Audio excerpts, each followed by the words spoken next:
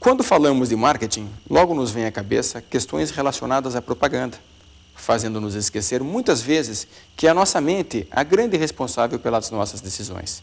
No entanto, de acordo com o professor da Universidade de Harvard, Gerald Zaltman, estudos comprovam que 95% de toda a cognição ocorre abaixo da consciência. Já o neurocientista e prêmio Nobel Gerald Edelman afirma que a consciência confere-nos a liberdade para compreender eventos inconscientes. Será? Para conversar com a gente, o programa Marketing e Comunicação convidou hoje o professor Paulo Prado, especialista em comportamento do consumidor. Paulo, até que ponto nós somos vítimas da comunicação? Eu diria que, na verdade, essa ideia de tornar o consumidor vítima não é exatamente um processo adequado de análise. Na verdade, a comunicação é um elemento importante da decisão de compra, leva informações ao cliente, trabalha no processo de persuasão, mas a decisão final normalmente é do próprio consumidor. Então, quanto mais nós fornecemos informação, quanto mais nós trabalharmos as questões ligadas a subsidiar melhor a decisão do consumidor, obviamente melhor deve ser a escolha que ele faz. Mas não podemos culpar a comunicação por tudo isso. Porque a gente observa muitas vezes, e várias pessoas comentam isso, que acabaram sendo vítimas, entraram em um shopping center e acabaram consumindo produtos que a princípio não teriam interesses de consumir.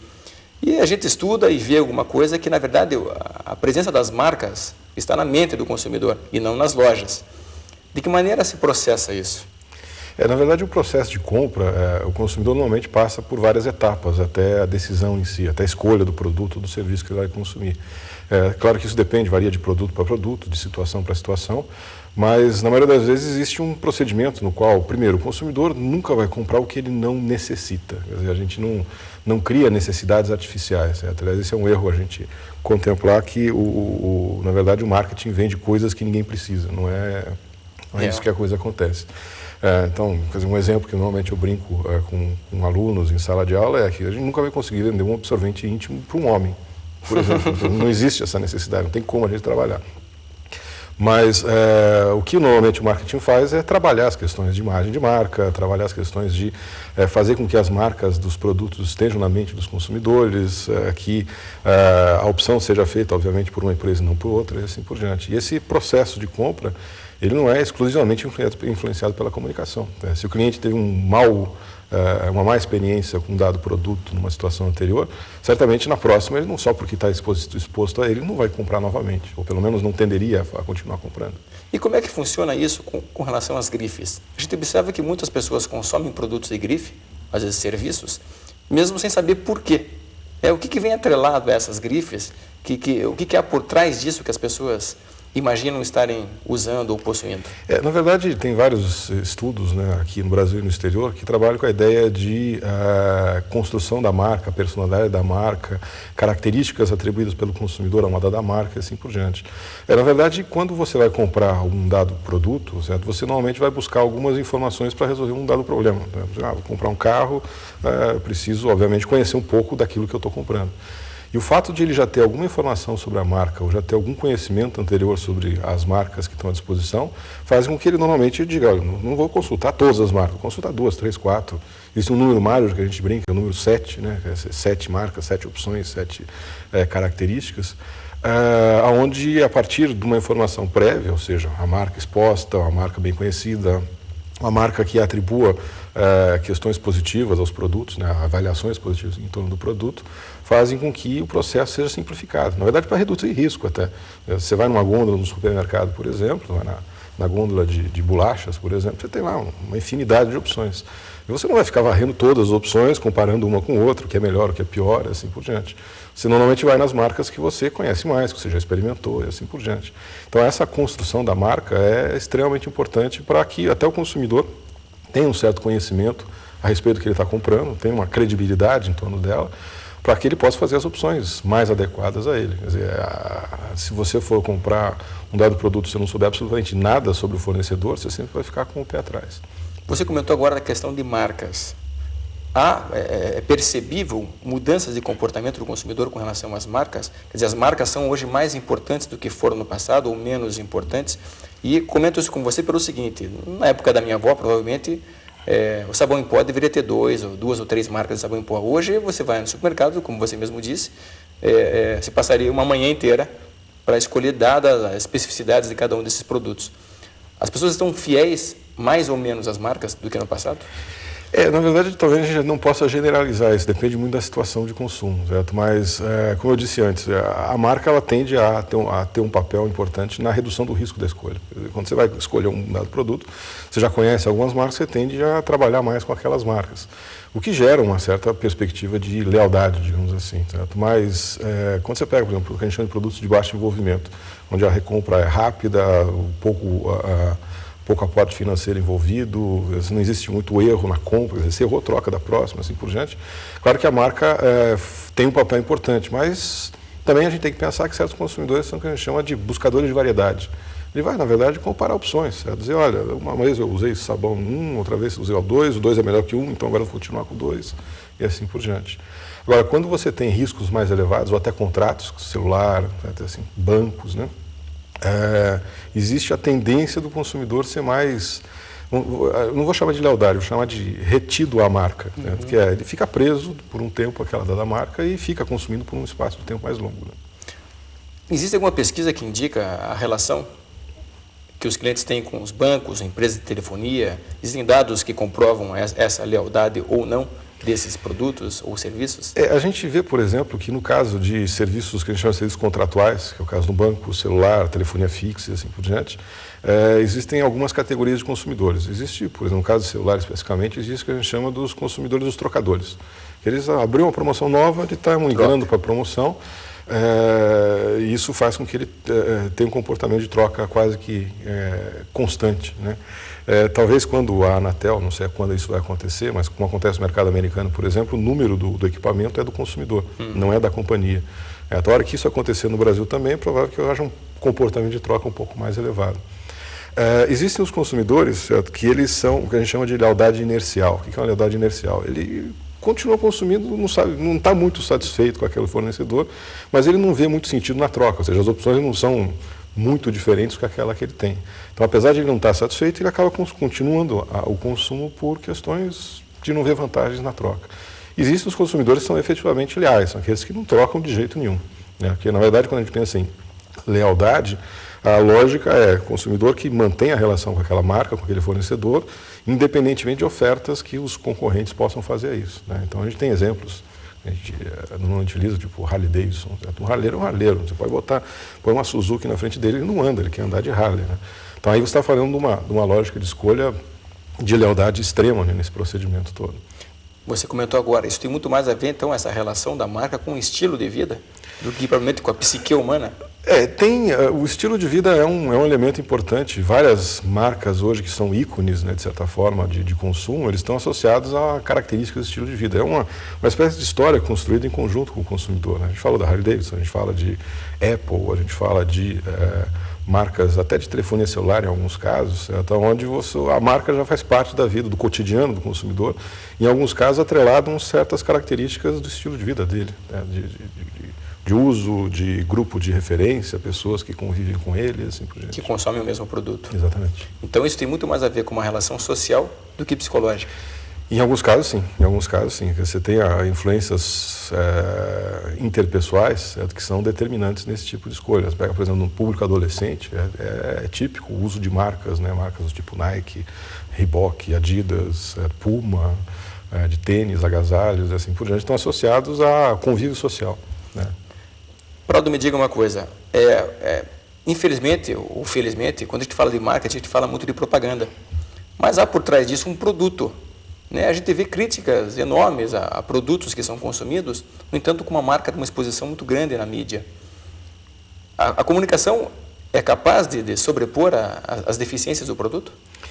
Eu diria que um dos critérios importantes de escolha do consumidor é a marca. É claro que muitas vezes você, por conhecer algumas marcas, você não vai fazer comparações de características do produto em si. Se um é melhor que o outro, assim por diante. Então você meio que simplifica o seu processo de decisão exatamente para facilitar as escolhas dali para diante. Agora, existem produtos muito bons que não são conhecidos e que acabam ficando em segundo plano. Então, a exposição, sem dúvida, é algo importante. E quando a gente pensa em avaliação de qualidade, assim por diante, eu tenho que pensar, na verdade, que essa qualidade ela é percebida pelo cliente de alguma forma. E essa percepção pressupõe exposição. Quer dizer, você só vai avaliar alguma coisa boa se você for exposto a essa característica de excelência do produto que você está comprando. Então, se você tiver um produto muito bom, mas que ninguém conheça, ele vai acabar ficando secundário. Então, a comunicação tem um papel importante de levar informações e persuadir o consumidor a adquirir alguns produtos em detrimento de outros. Então, a gente não pode colocá-la em segundo plano. Mas, talvez a afirmação de que marketing vende produto ruim não seja exatamente verdadeira. Porque talvez venda a primeira vez. Agora, na segunda, provavelmente não deve acontecer. Uhum. Nós falamos no início do estudo feito por Zaltman, professor de Harvard, informando que, de acordo com os estudos dele, 95% dos consumidores agem de forma inconsciente. Isso é fato? Eu talvez faria uma correção só na sua afirmação. Eu diria que existe um grande processamento de informações que não são feitas de forma consciente. Não necessariamente que ele age de forma inconsciente. Porque a gente tem que pensar no seguinte, se nós fizermos um pequeno balanço aqui, a quantidade de exposição à comunicação, produtos, às mídias de forma geral que um consumidor está exposto hoje é extremamente grande. Quer dizer, a gente não está andando na rua, você está sendo exposto à comunicação, você está na frente da televisão, tem um monte de propagandas e assim por diante. E essa estimulação certamente faz com que você avalie certas coisas em detrimento de outras, né? Do tipo, você estava passando no supermercado, de repente vem aquele cheirinho de pão gostoso. Você não tinha ido comprar pão, mas o fato de você ter sido estimulado no olfato ao cheiro do pão faz com que você, puxa vida, o pão está saindo, acho que é bom comprar agora. Então, o processamento acaba passando pela perspectiva consciente, mas ele é disparado de forma inconsciente. Certo? É mais ou menos esse procedimento que o Zaltman explora, né, no trabalho dele. Então, eu não diria que toda decisão é inconsciente, eu diria que a estimulação do consumidor pode ser feita de maneira não consciente. Correto. Prado, vamos fazer um rápido intervalo e voltamos no segundo bloco falando sobre essa questão da percepção. Tá? Okay. Até já.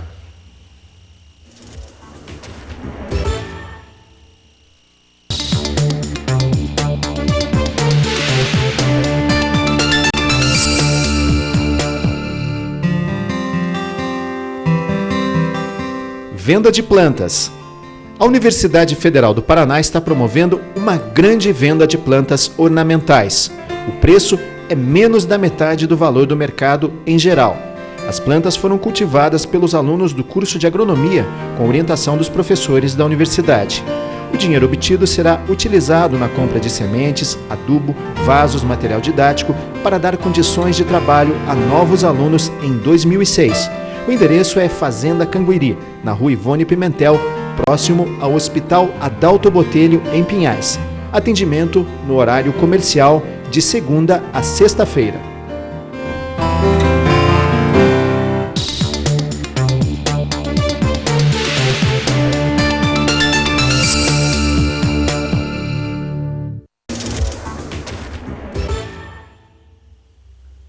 O programa Marketing e Comunicação está conversando hoje com o professor Paulo Prado a respeito de comportamento do consumidor. Prado, vamos falar um pouco da percepção dos nossos consumidores. Qual é o sentido que mais fala a mente humana? É possível se dizer assim, se é a visão, se é a audição, se é o na verdade, o ser humano ele tem a visão muito aguçada, né? Então, certamente a visão é o sentido mais importante, né, de estimulação do ser humano e particularmente do consumidor. Então, até quando a gente fala de comunicação de ponto de venda, essas coisas todas, sem dúvida passa pela visão, né, até o elemento mais relevante. E a gente vê hoje lojas explorando questões de aromas, né? Isso é moda ou... Não, existe, pegando aquele mesmo estudo que você citou no início, do Zaltman, existe obviamente um processo de formação de percepções a partir de todos os sentidos, né? E a gente sabe que o olfato também é um elemento importante disparador do processo. Eu sempre brinco com uma situação que aconteceu comigo há um tempo atrás, que eu estava indo para a universidade e no meio do caminho, na verdade, num certo local, tinha um caminhão, né? E começou a vir aquele cheiro de borracha queimada. Eu falei, puxa, eu preciso viajar. Aí, como eu sou professor, eu falei, mas por que eu estou lembrando de viagem, né?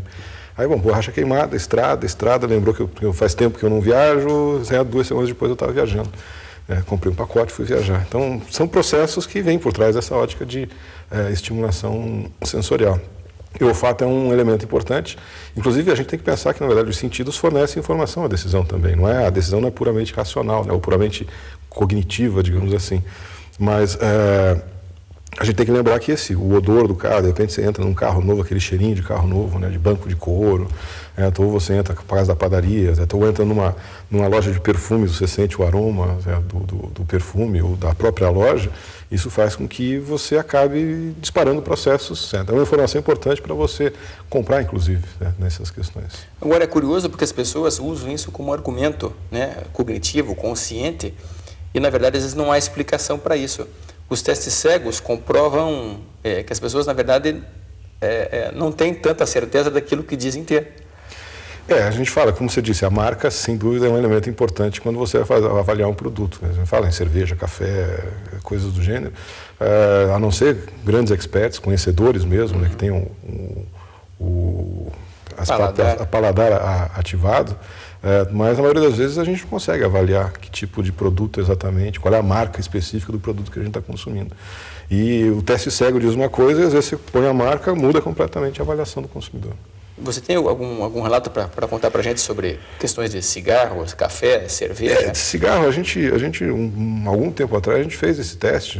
Na época, tinham 3 marcas fortes no mercado curitibano e foram expostas as 3 marcas à consumidora para ela explorar, para ela consumir. Falava-se sobre a força do café, o grau de granularidade do café e assim por diante. E ela fazia uma avaliação cega, um dado resultado. A hora que você dizia marca 1, marca 2 e marca 3, a avaliação quase que se invertia. Então você tem esse processo todo. Com cerveja é o caso típico. Se você não for um bom bebedor de cerveja, conhecedor de paladar de cerveja, você até pode dizer que está tomando uma cerveja diferente em 2 copos, mas você não vai dizer de que marca é. Até porque ela é gelada, E coisas geladas, suas papilas estão todas contraídas, Você não está exatamente sentindo o gosto de cerveja. Nós falamos no primeiro bloco sobre o grupo de referência, a relação que ela tem com o consumo. É possível estabelecer também correlações relacionadas à característica de personalidade do consumidor? Os traços de personalidade, historicamente falando, elas não se conseguiu estabelecer uma relação muito forte entre padrão de consumo e o traço de personalidade em si. Tem se repetido alguns casos quando a gente fala, por exemplo, de relacionamento, quando você quer trabalhar uma lógica de longo prazo, talvez alguns traços de personalidade facilitem mais consumidores estabelecer relação com uma marca ou com um dado fornecedor. Mas essa relação não é clara ainda em pesquisa. Mas o que se tem, por exemplo, são questões que a gente já citou aqui de estilo de vida. Quer dizer, o que você faz, muitas vezes, tem relação com o que você pratica no seu tempo livre, assim por diante, tem relação com o consumo de dados produtos ou serviços. E isso pode ser percebido em carros esportivos, carros esportivos, bicicletas, skates, vestuário, certo? É um elemento importante, consumo de música. Certo? Então, várias questões estão associadas a estilo de vida, até a própria forma como ele se vê. Que a gente brinca, na verdade, não, é um conceito importante, um autoconceito. Como você se vê acaba sendo expresso em algumas compras de produtos e serviços, vestuário, a cor da gravata, o tipo de óculos, o celular que você tem, e assim por diante. Isso é como você se vê ou como você quer ser percebido? Aí existem 2 questões, como você se vê, que a gente chama de autoconceito real, certo? E o ideal, como é que você gostaria de ser. E no caso, por exemplo, de moda, isso é bastante interessante, dependendo do tipo de expressão, que a gente chama de consumo simbólico, dependendo da expressão que o consumidor quer levar aos seus pares, certo? Você acaba se vestindo de maneira diferente. E a gente até percebe que isso não é constante, você não necessariamente tem um autoconceito único. Você pode variar dependendo do grupo de referência com o qual você interage, você se veste de maneira diferente. De dia eu sou um executivo, de noite eu sou um harleiro. Certo. Então são formas diferentes de comportar. Isso independe da classe social, da idade? Eu diria que a questão, infelizmente no Brasil, é que existem restrições de renda. E nas classes mais baixas isso tende a ficar menos clara essa distinção. Mas de toda forma existem relações, por exemplo, no jogo de futebol, certo? No dia do churrasco, assim por diante, você vê essas coisas acontecendo mesmo em classes mais baixas. A questão das marcas próprias, Prado, como é que elas são percebidas né? Se há algum valor agregado a essas marcas pelos nossos consumidores. No caso de marcas próprias, teve um estudo, foi feito uns 3, 4 anos atrás, por um aluno de mestrado. Ele trabalhou exatamente essas questões de escolha do consumidor e até lealdade à marca própria, o quanto o consumidor está ligado à marca. O que a gente percebeu é que a marca é um elemento importante, né, na escolha do consumidor, nesse caso, principalmente produtos de supermercado, né? E ele acaba escolhendo a marca exatamente pelo agregado de qualidade que a marca Carrefour, Pão de Açúcar e assim por diante oferecem naquele produto. E, obviamente, a marca própria, normalmente, ele tem um custo mais baixo, né, relativamente às outras marcas, vamos chamar de marcas nacionais, marcas dos fornecedores. Né? Então, o que acontece é que existe um agregado de percepção de qualidade, mas também existe uma outra vantagem que é o custo, né, de acesso ao produto. Então, muitas vezes o consumidor acaba optando pela marca própria por uma percepção de que a qualidade é boa, não necessariamente a melhor, mas é boa, e ao mesmo tempo um custo acessível. Existem estudos que identificam características diferentes de países, características de comportamento de consumo para diferentes países? Quer dizer, o norte-americano leva mais a sério a marca do que o sul-americano, o europeu menos do que... Existe algum estudo que comprova essa característica de consumo, esse comportamento? Na verdade, não ligada a uma marca específica, mas o que se percebe, na verdade, até pela estimulação que se faz nos estudos em marketing, você percebe que existe um certo padrão, certo, quase mundial nessas escolhas. A marca, em muitas situações, é importante. É claro que a gente tem que lembrar que existem particularidades. No caso dos supermercados, vai para a Alemanha, tem a rede Aldi, Lindo e assim por diante, que são redes exclusivamente de marca própria. Né? Então, aí é uma lógica de escolha diferente. Inclusive, alguns supermercados de redes mundiais não conseguem entrar forte lá porque não conseguem seguir o mesmo padrão, né? Mas são talvez muito mais ligados às políticas locais do que propriamente a um comportamento exclusivo, né, de compra desses clientes. Certo. Voltando para a questão das marcas ainda, as empresas hoje tendem a investir mais na marca enquanto fabricante ou de determinados produtos? Vamos pegar um fabricante de automobilístico. Né? Hoje é mais interessante para essa empresa fortalecer a sua marca, seja ela qual for, a Ford, a Volkswagen, a GM, ou um produto especificamente? Na verdade, isso varia muito de linha de produto para linha de produto, de marca para marca, assim por diante. Na verdade, o importante aqui é você ter conseguir trabalhar a sinergia da marca, dando suporte aos produtos. Do mix. Caso, você pega, por exemplo, casos de automóveis, é típico. Você tem que ter uma marca principal forte, então GM, Volkswagen, Ford, Renault, Peugeot e assim por diante. E talvez você tenha uma marca secundária no produto, certo, que vai identificar a categoria, a característica dele, que não vai suplantar nunca a marca principal. Quer dizer, você vai comprar um Fiat, você vai comprar um GM e assim por diante. Ao passo que em outras situações, vamos pegar o caso do Unilever, sabão em pó, sabonete, pasta de dente, produtos de alimentação, né, margarina e assim por diante.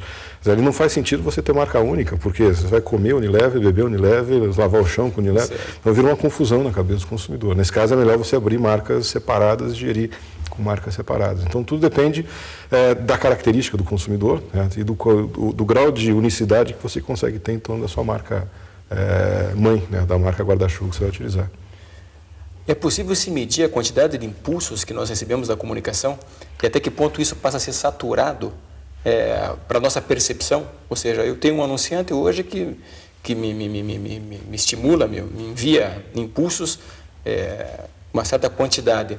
É possível se avaliar, se dimensionar até que ponto isso é percebido e é assimilado por mim, até que ponto isso satura e seja, não quero mais ouvir falar sobre isso? Tem vários estudos que mexem com essa ideia do ponto de saturação, quer dizer, qual é o mínimo necessário para que você entre na escolha do consumidor como algo relevante, do tipo, olha, tem que ter tantas inserções de televisão para que o consumidor pelo menos saiba que você existe.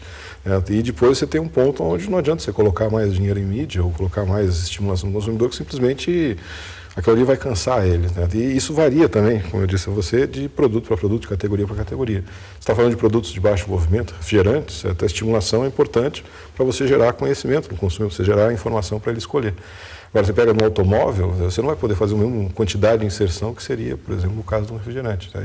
E até o tipo de anúncio é diferente. Né? No caso, você vai comprar um automóvel, você vai trabalhar muito mais informação do veículo, uma característica relevante dele, ao passo que uma propaganda de chinelos ou de refrigerantes vai trabalhar muito mais o contexto de consumo. Né? Então, essas duas questões são importantes na hora de você escolher quanto você vai expor ao consumidor. Para encerrarmos, eu te faço a seguinte pergunta. Seria correto afirmarmos que a nossa mente pode ser enganada pela nossa percepção? Ou vice-versa? Eu diria que é um processo todo, né? Na verdade, a percepção, o processo perceptual, ele passa pela mente necessariamente, né? Então, talvez o que a gente possa pensar é muito mais que certos estímulos modifiquem as escolhas, o processo mental, do que propriamente enganar a mente, né? Então, eu diria que é mais uma questão de como se dá o processo internamente, e as escolhas o consumidor pode fazer se alterem de acordo com as percepções que ele tem.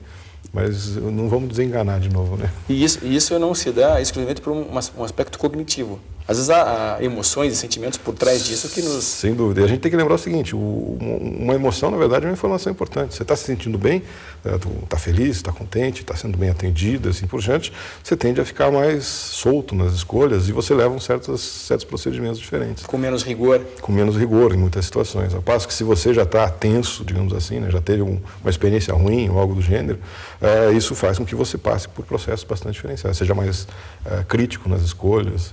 Sem dúvida, o processo afetivo é elemento importante na escolha do consumidor. E disso depende inevitavelmente dos empresários criarem ambientes favoráveis nos pontos de venda. É o que a gente chama de prover uma experiência de consumo. Quer dizer, o consumidor ele não vai lá comprar o produto, ele vai participar de um processo de compra.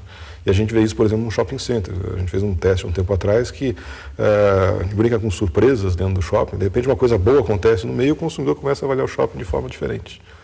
Isso faz com que as escolhas, o processo afetivo seja uma informação importante na escolha do consumidor.